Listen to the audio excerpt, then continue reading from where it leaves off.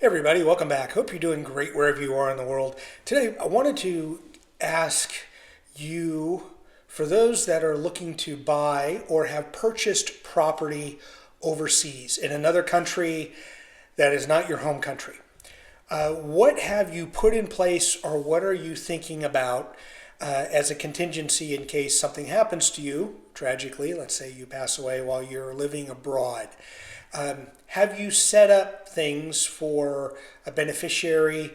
How is the property set up? Depending on what country you're coming from, do you have the ability to put it into a will? I'm very hesitant to mention anything outside of what I know we can do in the United States.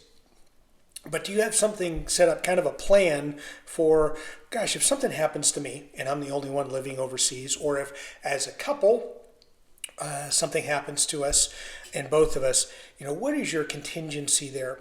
And I wanted to throw out a suggestion, and it's not coming from me.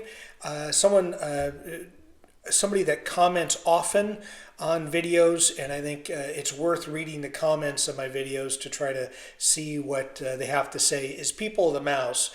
And just a recent video that I made was talking through kind of what the backup plan is, what's plan C, looking at contingencies when you're moving to a new country. And I'll say, when we thought about and bought property in Portugal, we had worked through, okay, so if something happens to us, who's a beneficiary, who would inherit, that becomes complicated quickly because of, taxes, and that could happen in home country with property and assets, let alone dealing with an international zip code. So I put forth a great idea here that I think is worth, because I don't know how often people jump to comments and read them. I think it's worth noting what People of the Mouse put forth, and I think it's a great thing that maybe many of you that are thinking about buying, or maybe if you're hesitant of buying because of what happens if, this might be a good solution for you. And you may already have thought about this, but in one of the responses, the comments, verbatim, I am actually looking to have my beneficiary buy the property and rent it to me. That way, if we do stay and die abroad, he already owns the property and won't have to pay, for example, Portuguese inheritance taxes, things like that. And we've talked about, as we get older, would we do something like that for the property that we're in right now? So then that way, that transfer of ownership and whatnot already done, and would already be paying here annual property taxes. But it might help or reduce some of the issues along the way.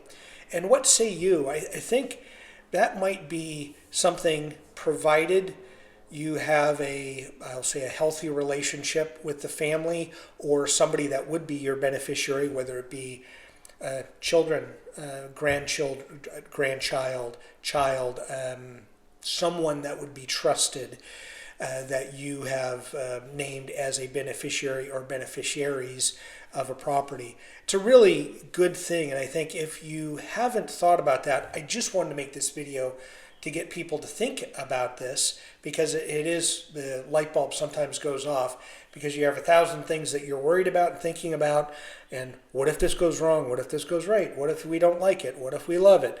The contingency of purchasing property in another country, how would that be inherited? And would that be done after your death? So inherited in a traditional sense, or would you already, I'll call it pay it forward, just work, meaning you already have that taken care of because you've already sold the property and you're renting from the beneficiary. That may be a great solution and might help people along the way. What do you think? Have you used this strategy? And is it something that you feel like is working well for you if you're doing that and you are now paying rent to the beneficiary? Or is this something that you're going, gee, I hadn't really thought about that, but now we need to give that some consideration because it may be worth doing as we move forward. As always, please send suggestions for videos. You can email me. I get a lot of emails. I don't always get to them because I get a lot on a weekly basis, but I try to respond, or at least when you're making suggestions, try to incorporate them into a video. But I want to thank People of the Mouse because, one, for doing a lot of commenting. Commenting helps YouTube and the algorithm. Please subscribe if you made it this far. It helps. Doesn't cost anything, and it's greatly appreciated to listen to me blabber.